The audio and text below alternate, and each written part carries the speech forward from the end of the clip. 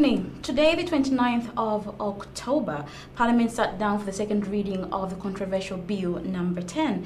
In his preamble speech, the Speaker of the National Assembly mentioned that this was a continuation of the first reading that took place in July the 21st, if I'm to be specific. But because of the prevailing situations of COVID-19, this had to be postponed. And now, of course, the reading took place today and the voting took place today in Parliament. My name is Salifyanji Bweupe, and as usual, I'm joined by Chimwanga Kalala, and we'll be joined by a very, very special guest coming from the Higher Education Authority. But before we get to that, Chimwanga, welcome to News Report. It's great to be here, Sally. Looking forward to today's show. We have a lot of stories lined up. Right. And as you've mentioned, our guest from the Higher Education Authority, so it's a fully packed show that we're looking forward to today. Yes, it is. Was the verdict according to your expectations?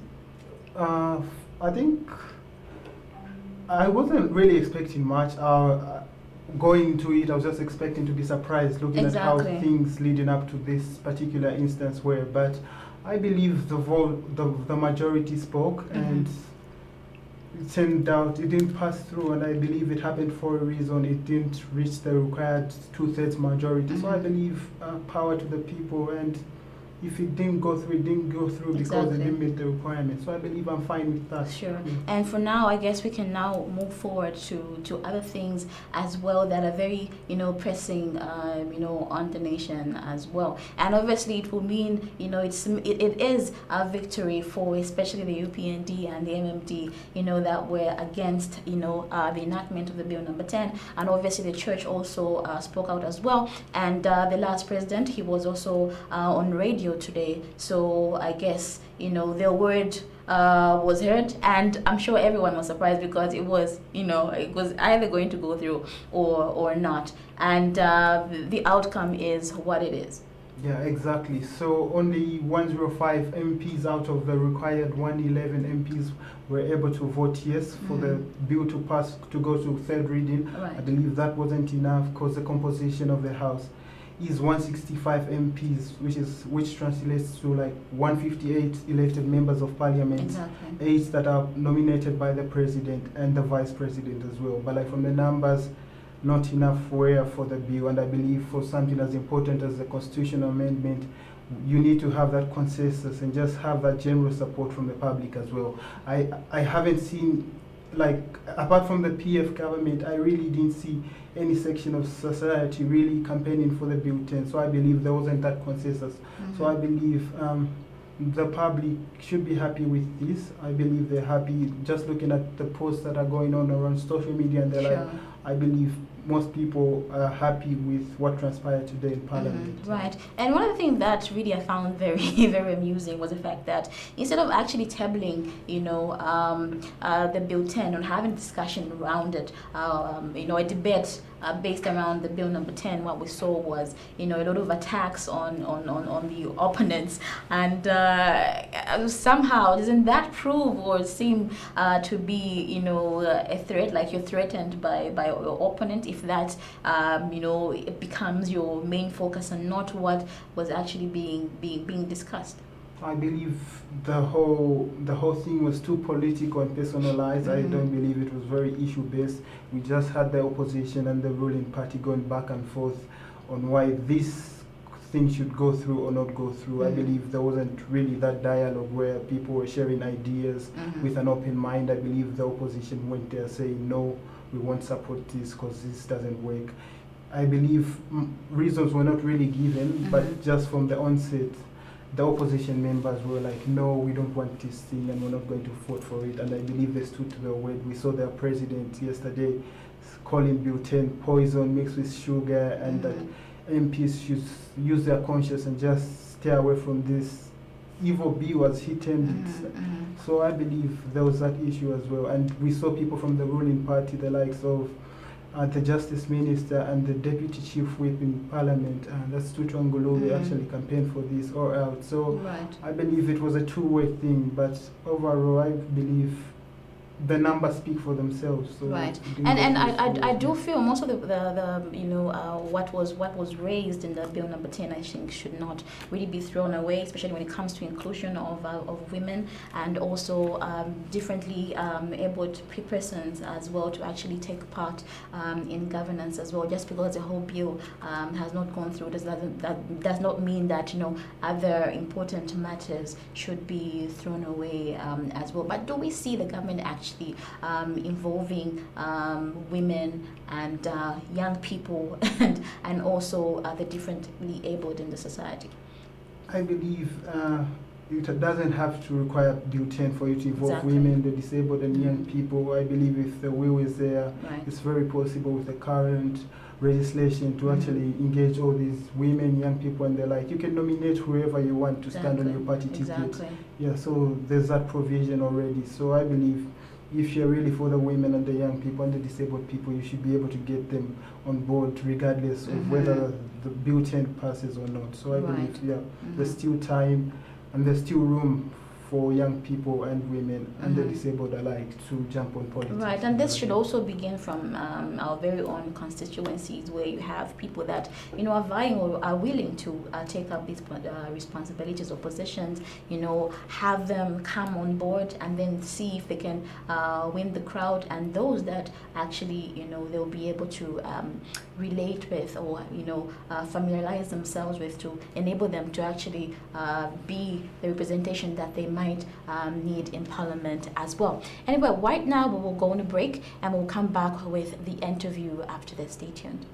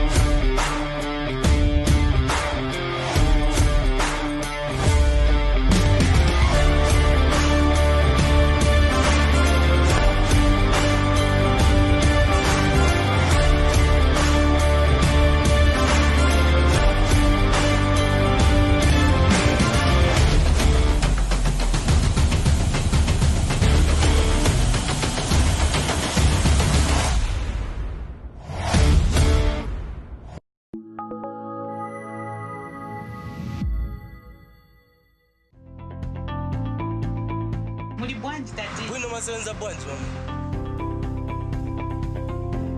Chumende sako na iwe. Pali pako ma 20 apolo ma 5 kwa jari. Na makoino sashinjira kumuzonda mazizira. Makoino sochike. Songa chinjeko kubantu abale ndio chopana na 5 hours mamene pano leyo. Kamba nani. That is why you need to get an e-token, sir. It is faster and easier. So what? The e-tolling card is a National Road Fund agency card. So all you have to do is just credit it in Dalama and you'll be able to use it per token Monga Paniso. To avoid the inconveniences, so you have to start looking for ama 20 kwa chakula cherusha bantu so. Introducing the electronic toll card. It's easier, faster, and secure. Access the e-toll cards from all toll gates across the country or the agency's head office in Lusaka at only 30 kwacha. This message is brought to you by the National Road Fund Agency, a sustainable road fund.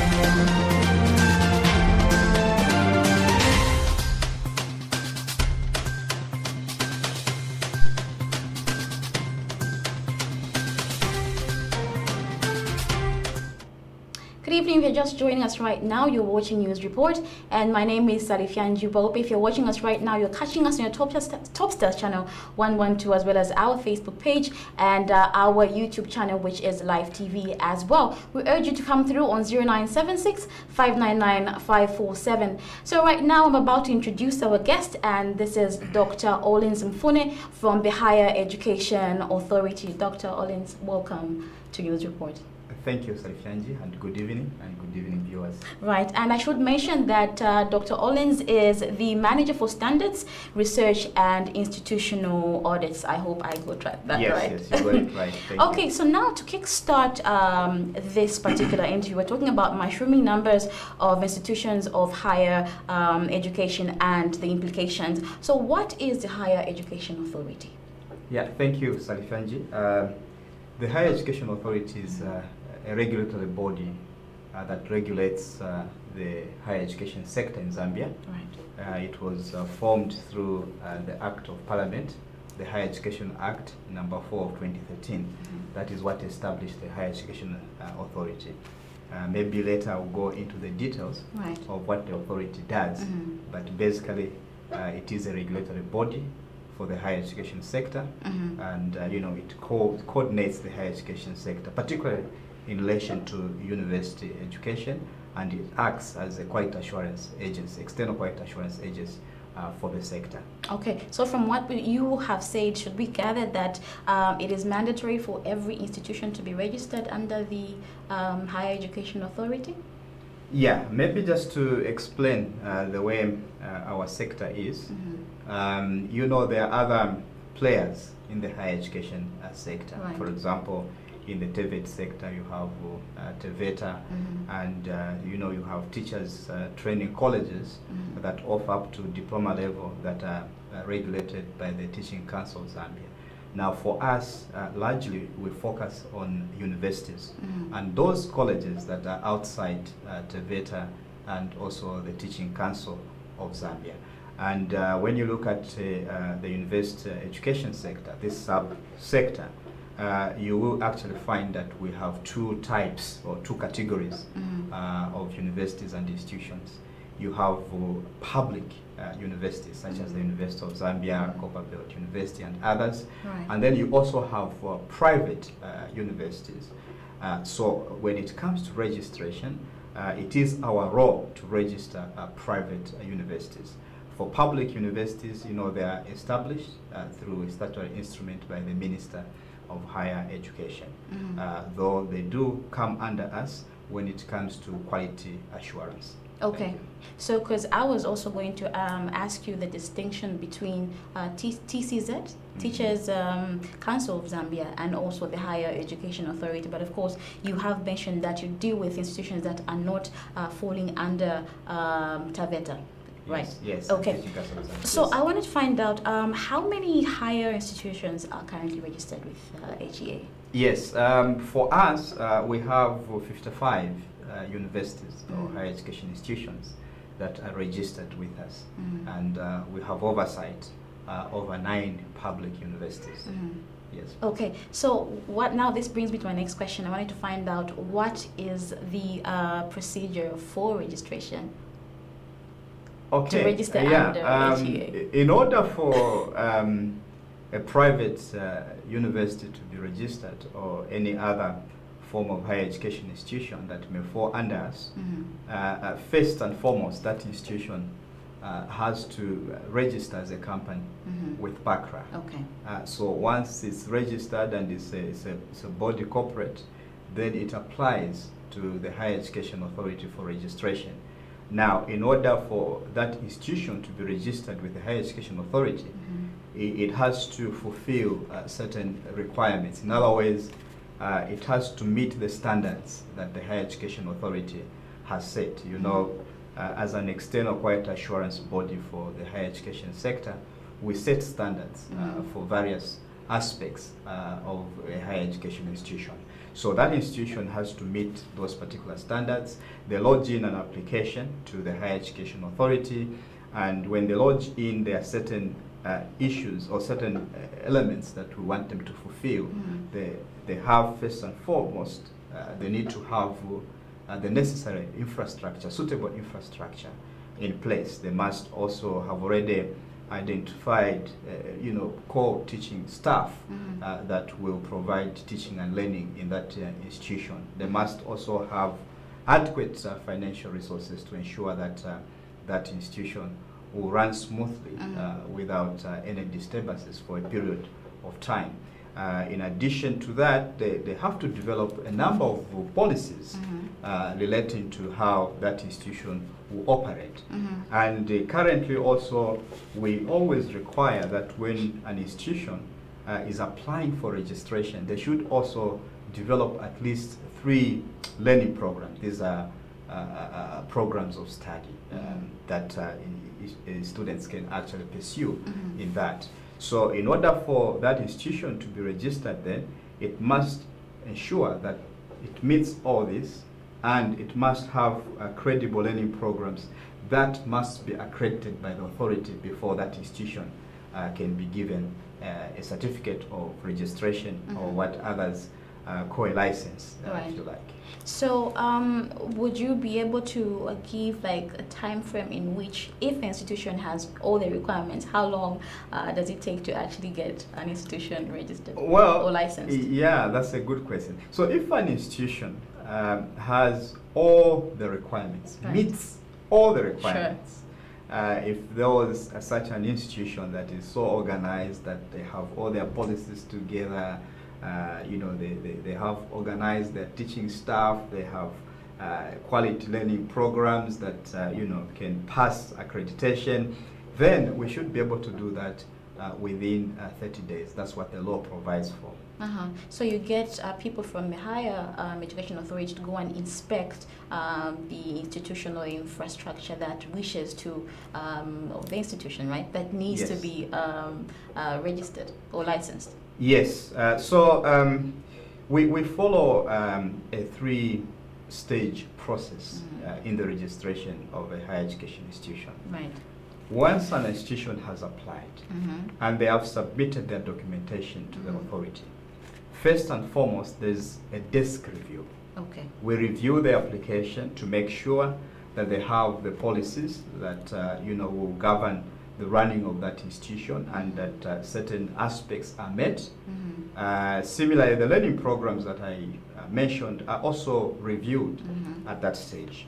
And if we think, depending on what we have seen in that application, that there is merit for this institution to be inspected, then we go to the next stage. The next stage is a physical inspection where we now say, okay, this institution has put in place these policies, and there's reason to believe that it can be a success. And in that regard, we now go to the second stage, which is a site visit. A site visit requires that we visit the institution at their registered premises and conduct a verification exercise and inspection of the infrastructure to make sure that that meets the requirements of higher education authority. Now, when we go for this site inspection, there are 2 types of inspection. We have a team that will look at all the policies. Will look at the institution from a very broad perspective.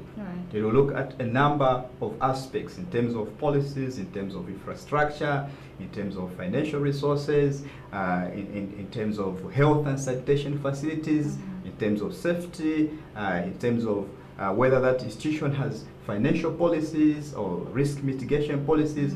All those areas we look at. Then there's another team that will specifically focus on the learning programs.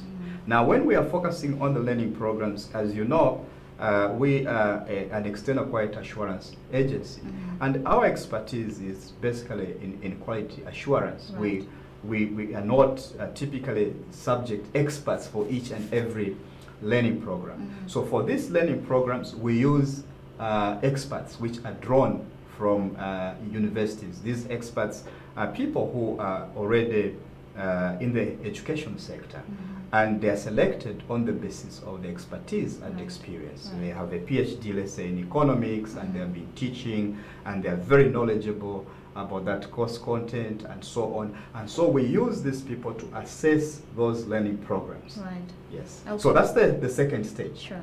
Now, should an institution pass this second stage, we are satisfied that they have put in place these mechanisms and we have verified, then that institution goes to the third stage. This third stage is the panel hearing stage. At the panel hearing stage, the institution presents their proposal. This is a project proposal in a way, Right. that this is what we propose to do. Okay. And this is how we're going to achieve it. This is what we have put in place. And should there be anything that we notice during the desk review or even during the site visit, then we'll raise those issues and allow the institution to defend that particular project. And if there are any misunderstandings, we clarify them. So this is the process. After that, that panel hearing will recommend to management, who then recommends to the board whether that particular institution should be registered or not. Right. So that's the process that we follow. I have a very, very just simple question. Yes. Does the proprietor need to be a qualified educator as well to open up an institution? Well, not necessarily, but the team that the proprietor puts up to govern and manage the institution Right. need to be appropriately qualified. So when we start assessing, we'll look at the management team first and foremost. We'll look at the vice chancellor. We have standards Right. for who qualifies to be a vice chancellor, who Right. qualifies to be a deputy vice chancellor, who qualifies to be a registrar, to be a bursar, to be a librarian, and the deans of schools. Right. You know, so we have that criteria, and we'll assess according to that criteria. Okay, so now TCZ denied accreditation for about 16 colleges of education for failure to meet standard requirements.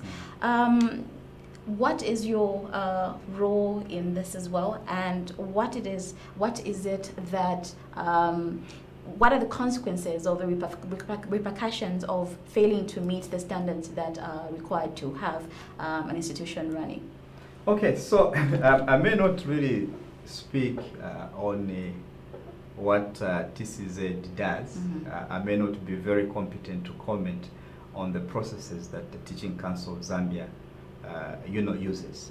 However, my understanding is, basically there tend to be two processes. Right. One is that where an institution applies for, in our case, is registration of that particular institution and accreditation of the learning program. Okay. If it doesn't meet the standards that have been set by the accreditation body or Right. registration body, and for us, that's Higher Education Authority, and in terms of colleges of education that go up to diploma level, we are talking about TCZ, then it actually means that they cannot be given a registration certificate. Okay.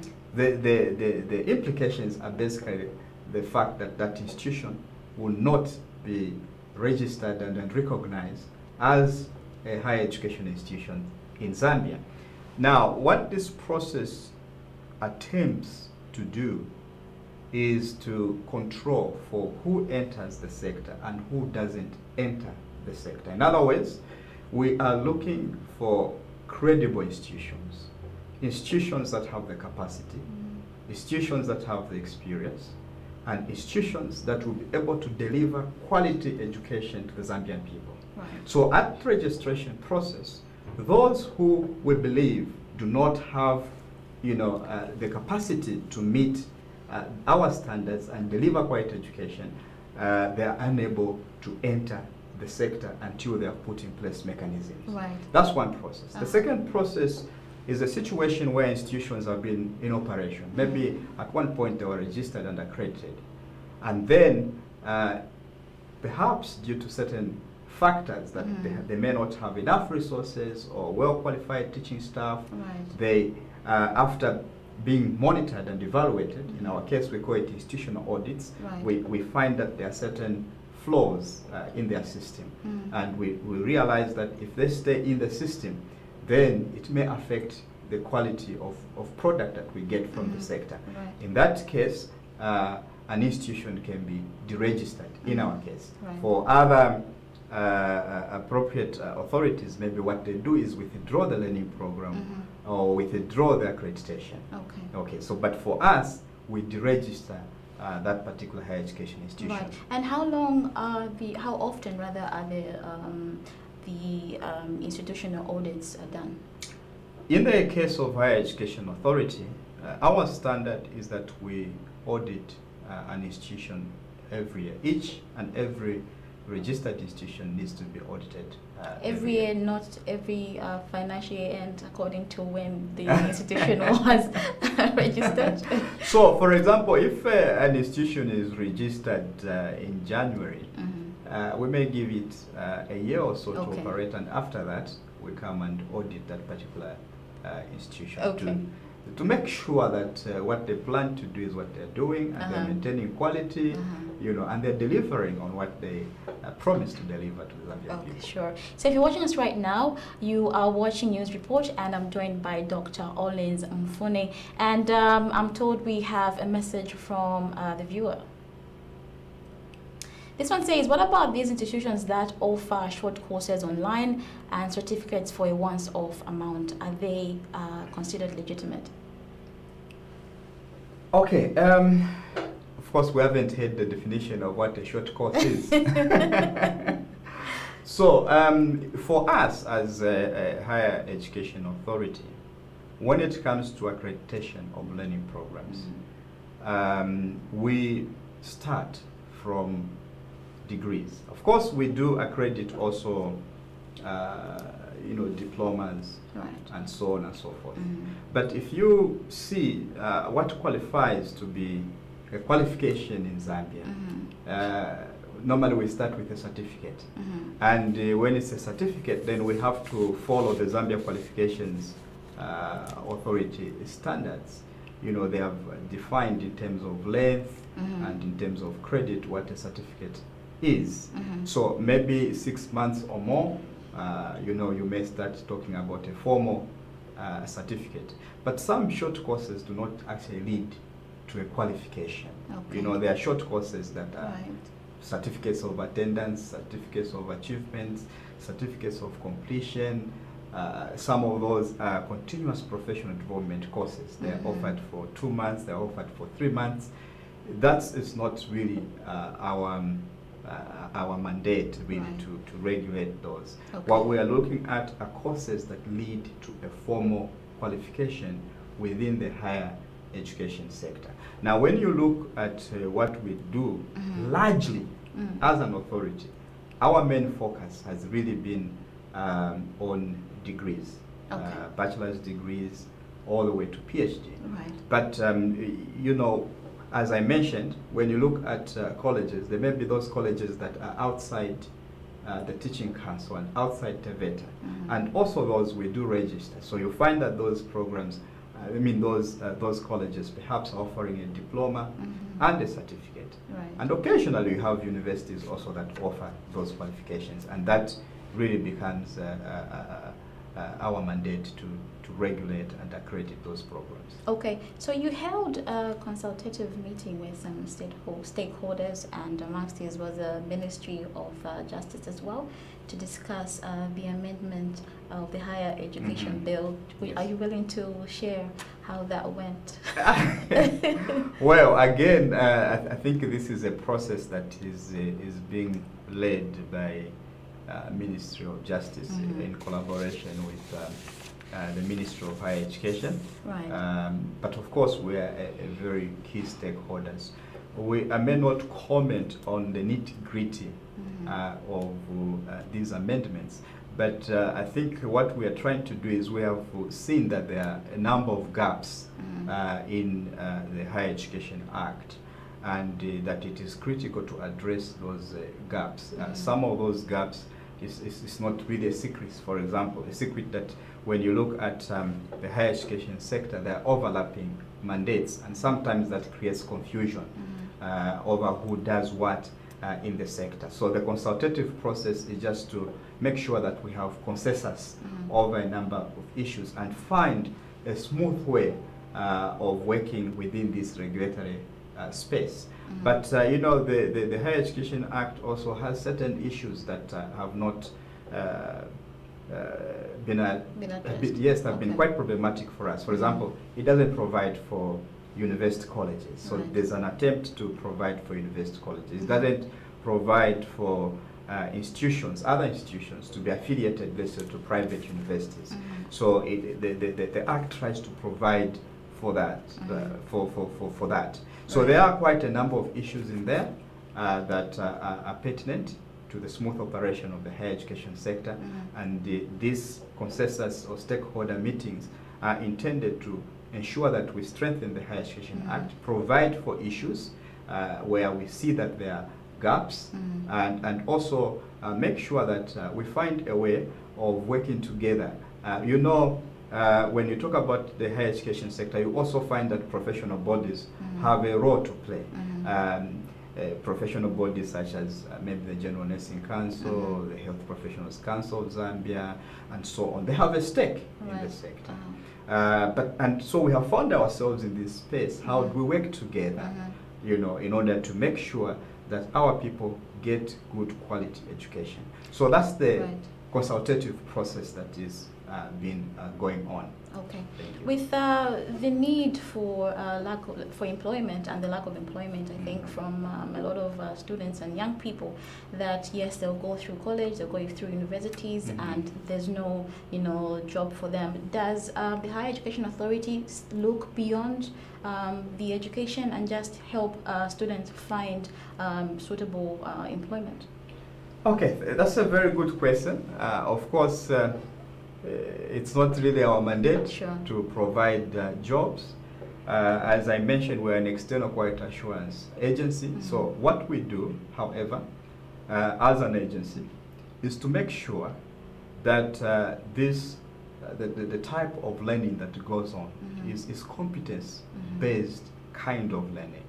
That students get out of our education system certain skills and competences that will enable them you know, be employable, and not just employable, but will also enable them to create employment. So in the past, we didn't have these processes like the accreditation process that I mentioned. You have to look at our education sector in a very historic context. We started off as a country first with one university. Then we moved on to have the Copper Belt University. It was only in the early 1990s, when the higher education sector was liberalized, that the private actors began also to provide education. Now, if you look at the early 1990s, it is only in 2015 that the Higher Education Authority began to operate. The Higher Education Authority was set up through the 2013 Higher Education Act, as I mentioned. So when you look from the 1990s to 2015, you find we lost over a decade. Okay, that means that now higher education institutions were offering learning programs according to their own statutes as a higher education institution. But with this accreditation process, when it comes to accreditation, what we do is to evaluate that particular learning program. And when we evaluate, we look at the learning outcomes. We look at what kind of skills, you know, is the student going to acquire from these particular programs. We look at the relevance of that program. Is it very relevant to the labor market or the industry to which well it is in that particular student? So you see that for us, to ensure that these students are employable, to ensure that these students have ability to create jobs, we use this accreditation process to make sure that that program is relevant. Now, this is a process which has just started. We started the accreditation process somewhere around 2017. So we are still in that particular process. And what we hope is that as the nation gets to grip with this accreditation process, we'll see quality graduates that are channeled out there. But also, maybe the other thing that I may mention, and then it means we're going to come back to the Higher Education Act amendments that we're talking about. We saw that you can see two paths in our education sector today. You can see the academic path. You can also see the vocation, skills, and technical path. And for quite a long time, university education has emphasized more the academic pathway rather than the technical skills and vocational pathway. So if you look at let's say a college like maybe a technical college like Nortec that is producing people that maybe will be technicians that have hands-on kind of learning and following a vocational path. When it came to following university education, there was no pathway for them. So they'll end up at CBU, they'll end up at the University of Zambia maybe to take a degree, and then they follow perhaps an academic pathway. And to try and correct that, that there's been a proposal to amend that act to provide for technical universities and to provide for technical university colleges. And also when you look at the higher education policy of 2019, it tries to emphasize that. So sometimes we have to understand that perhaps the process of policy development has been a little bit slow when it comes to the higher education sector. Because previously we have had a lot of emphasis on primary and basic education. So we only got to get a policy that is specific to the higher education sector in 2019. Right. And we are now in that implementation process. Okay. I'm told we have another text message. This one said, you recently released a list of illegally operating institutions. Is there an update on whether they have stopped operating? Oh, thank you very much. Indeed, in fact, we do this periodically. We have an inspectorate. When we go round, we conduct inspections, and if we find an institution that is operating without registration, then we sanction that particular institution. And I have to report that some of the institutions, indeed, they have stopped operating, and some of them have written to us. Some of the institutions have actually applied for registration so that they can legitimize their stay in the sector. But otherwise, what we have done is not to allow an institution that is illegal to operate. And that's why it's important always to have a regulatory body in a sector like ours. Yeah. Okay, so when it comes to challenges with the mandate that the Higher Education Authority, and also maybe how do you deal with the projection of probably those institutions that may compromise the requirements of quality education? Okay, thank you. Now, as I mentioned, there are a number of quality assurance processes. So at entry, as I mentioned, we have this registration process where these institutions have to meet certain standards before they can enter the sector. Right. But we don't stop there. Once they're in the sector, we continue. As they add on more learning programs, we continue with the accreditation of learning programs. Okay. But we also continue with what we call institutional audits. Means that we periodically monitor their systems, their quality assurance systems, their processes, that they're in place, their operations, to ensure that they continue to meet those standards, and not only to meet those standards, but to go above the standards. Right. Now, where we find that institutions are not meeting the standards, normally what we do through our quality assurance, through the institutional audits, is we'll write to them and tell them that we have found that you are deficient in A, B, C, D. Okay. Now, to correct the situation, give us an improvement plan. Take action on A, B, C, D. So the institutions will develop an action plan, an improvement plan, which we ourselves will approve and monitor. Now, should these institutions continue not to meet our standards, and when we look at our act and find that the standards have deteriorated to the extent that the Higher Education Act demands that we deregister that particular institution, we do go ahead and deregister that particular institution. I think you have heard in the news that Higher Education Authority have deregistered this university and this university. Since 2018, for example, we have deregistered about 10, 11 higher education institutions. They are no longer operating in the sector. Okay, so how would a student or a guardian identify which institution is actually registered and is licensed under the Higher Education Authority? Thank you. Now, first and foremost, for an institution to identify which institution is legitimate and is registered with authority, they have to consult with the Higher Education Authority. Okay. We are accessible. First of all, physically, we are based at Mukua Pension House, just there opposite Intercity. Intercity is well known. Okay. There's Mukua Pension House. The parents can actually consult us. But we also have a website. If they go to the Higher Education Authority website, they'll find that we have a list of registered higher education institutions. Right. Not only do we have a list of registered higher education institutions, we also have a list of accredited learning programs. The other way is that, every year, and we are obligated by law that every year we gazette the registered higher education institutions and publish them in a daily paper.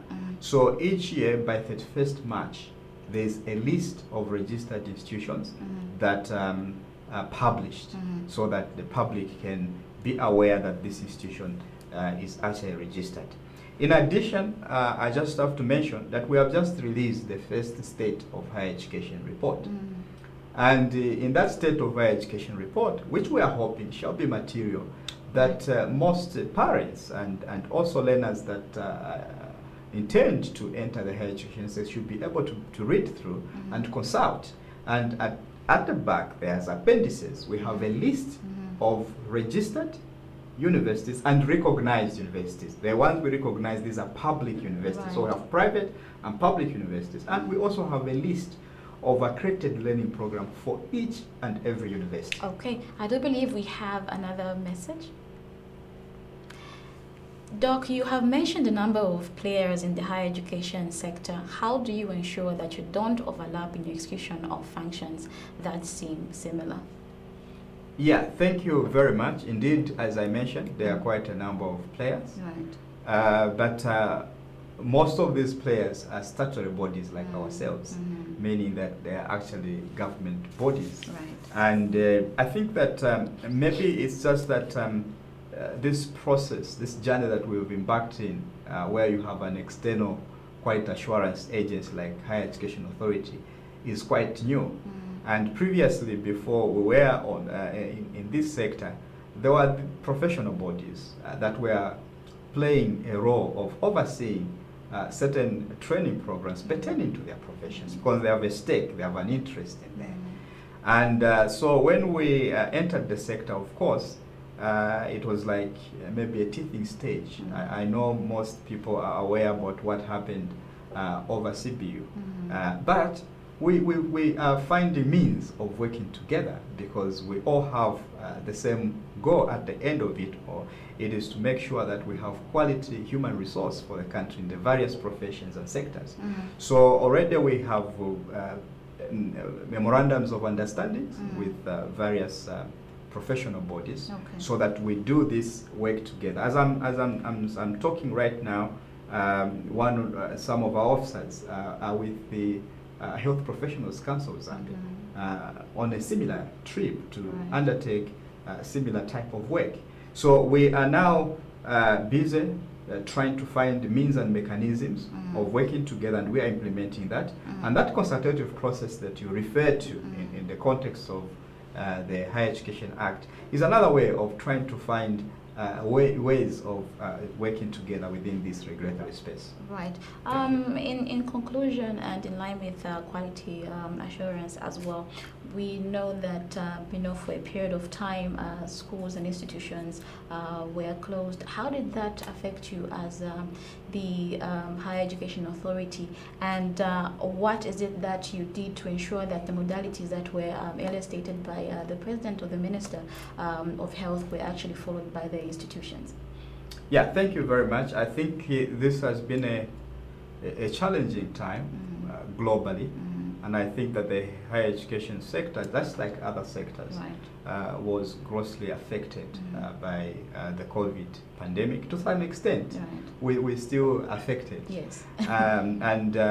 Most learners had to go away from school.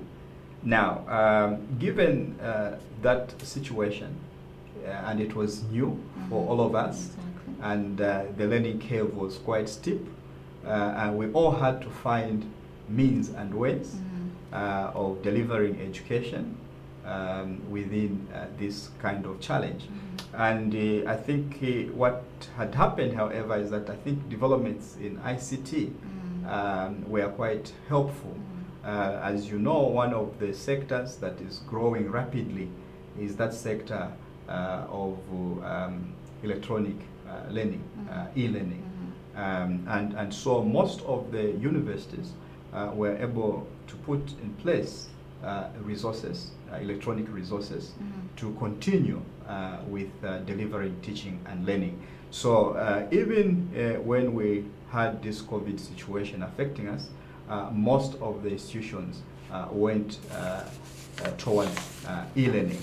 And what we are still doing now is grappling with how best e-learning can actually be delivered. What sort of technological systems should be in place? What sort of resources should actually be in place?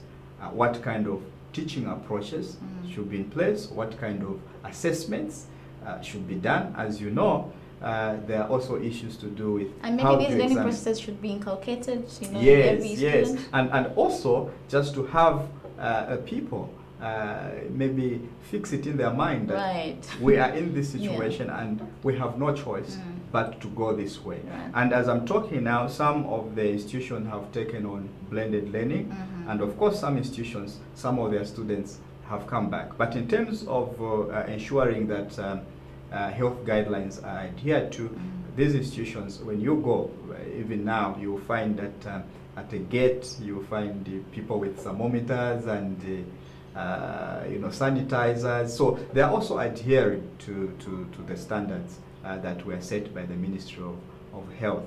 And social distancing. Some of the higher education institutions, as I'm talking, they have only partially allowed some of their students to be on campus. They have evaluated and seen those courses where it is imperative that the students are there, maybe because these are practical based courses. And some of the courses which they can deliver online, they continue to deliver online. So but it's still a learning curve, and we're still trying to find win-win approaches within this situation in which we are in. Okay. Doctor, before we let you go, do you have any last words that you would like to share with the viewers? Yeah, thank you very much. First, the topic here referred to mushrooming numbers of institutions. But I have to assure the viewers, because sometimes we take this as negative. Right. But in fact, when you look at our country, you only find that really those who manage to go through from grade 12 and going to university, in terms of progression, the rates are very low. They are still below 20%, meaning that the majority of people that pass through grade 12 really never make it to university. Exactly. And when people talk about mushrooming, I know they're talking about private universities. Yes. This is a phenomenon that will be with us. The private universities should not be seen as a negative element. They are there to provide an important service and fill in a very important gap. Right. What we are saying is government alone cannot actually manage. And private universities are providing a service meeting the demand that is there. In fact, what this has done in terms of the increase, let me say the increase in the number of universities, is that it has increased the diversity of learning programs available to learners. And it has also increased the number of places that students can enroll into and get an education. But perhaps I think the main concern that our stakeholders should have is how do we safeguard the quality of education from these universities?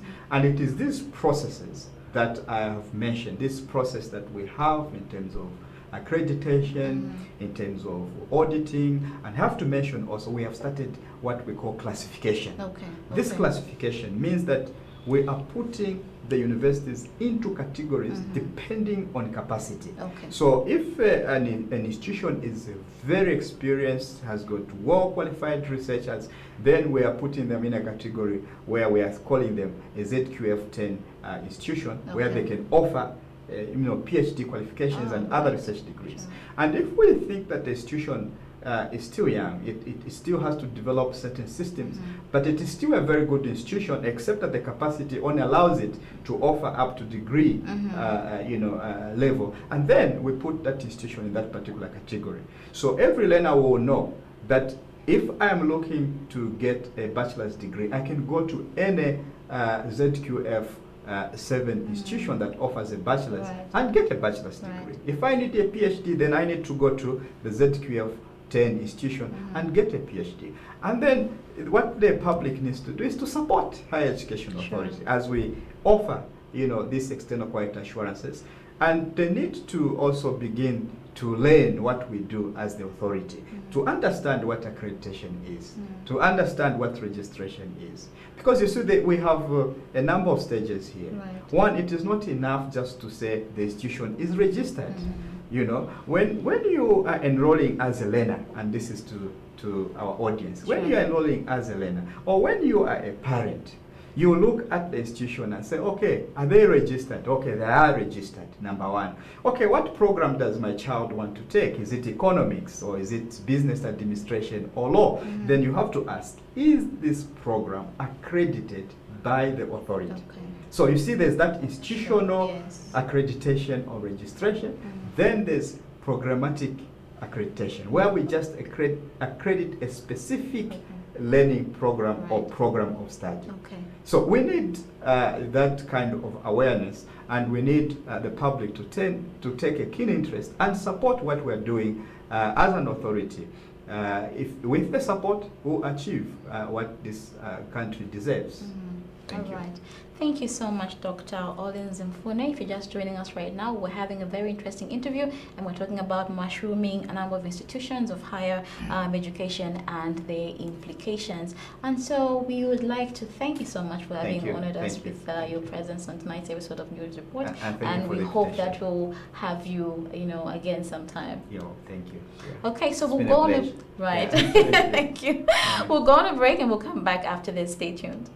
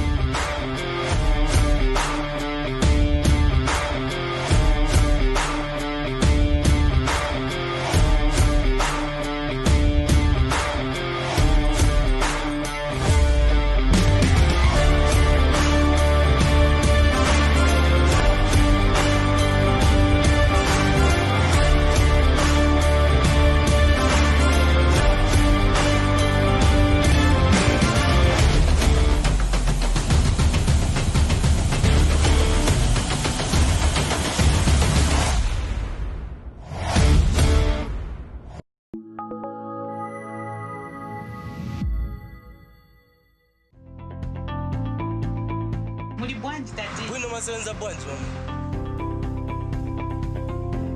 Tumiende sako na iwe. Pali pako ma 20 apolo ma 5 kwa jari. Mama ko ino sasinjira kumuzonda mazili. Mako iyo songa chinjeko kubantu abale ondotopwana na 5 hours pamene pano leyo. Kamba naye. That is why you need to get an e-talk at SAR. It is faster and easier. What? The e-tolling card is a National Road Fund agency card. So all you have to do is just credit it in Dalama and you'll be able to use it per token Monga Paniso. To avoid the inconveniences, so you have to start looking for 20 so. Introducing the electronic toll card. It's easier, faster, and secure. Access the e-toll cards from all toll gates across the country or the agency's head office in Lusaka at only 30 kwacha. This message is brought to you by the National Road Fund Agency, a sustainable road fund.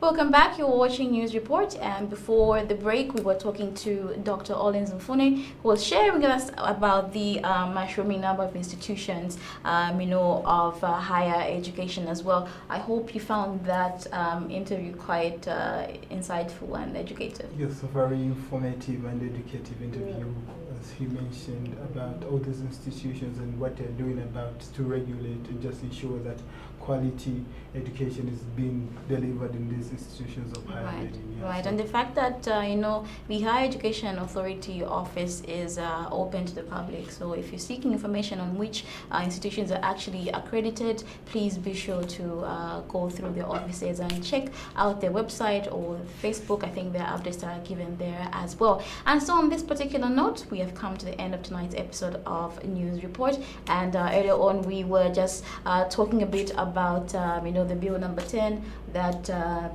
obviously has not gone through Parliament. And so on my behalf, Salifyanji Bweupe and Chimwanga Kalala and the entire productive crew, it's good night and God bless.